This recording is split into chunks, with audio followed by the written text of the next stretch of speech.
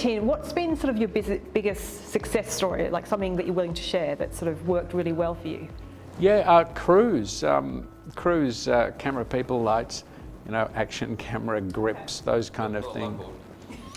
Yeah, those too. Yeah, the cruise, the cruise, the cruisers that people, and cruisers are out there too. But that was the most surprising thing is finding crews, especially young people who are trying things out, and they go on LinkedIn and then go, I don't know. But it's a great way of getting in touch and saying, look, we're doing this thing. The money's not great, but nobody's getting great money, but it's a good project. You'll be working with the best people. And so I've managed to suck in,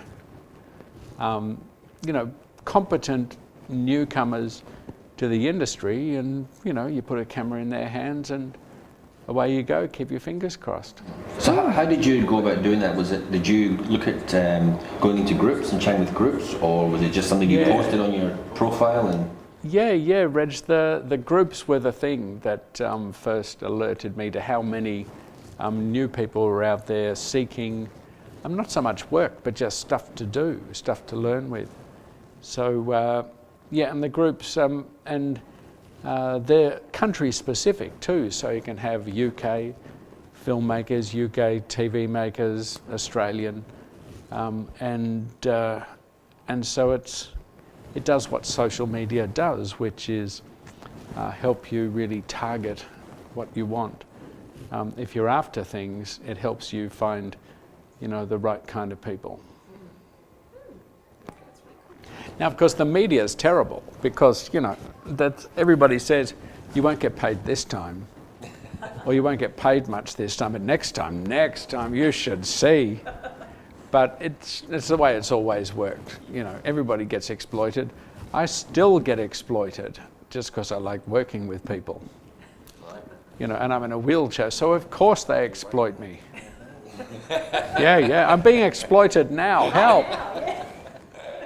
Sorry about that. So what about video is very new to LinkedIn.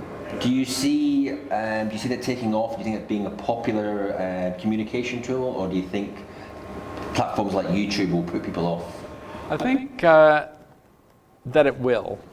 The trouble is, it's about making the content look good.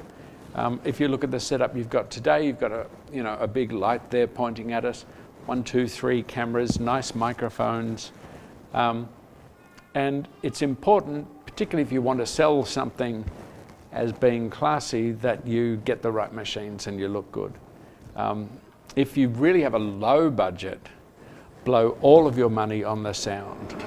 Good advice. Because even the best pictures, and you can get the best pictures from your iPhone now, can be undermined if the place sounds echoey, and it just suddenly becomes a student sounding production. It affects how everything looks.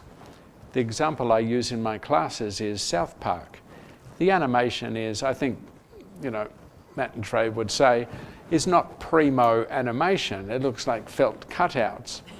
But the sound is very professional, and that just lifts all the boats around it. Oh, we have a saying, Rach has a saying about boats, and we had to, just interesting, that's always coming in. Well, it was a high tide, right? Lifts all boats. And I said it without even thinking about it. Did I make that up, or is that a saying? Anyway, oh, there we go, yeah. We've obviously got a nautical theme, yeah. It's a saying, Reg. Yeah, it's Joe's saying. She invented it.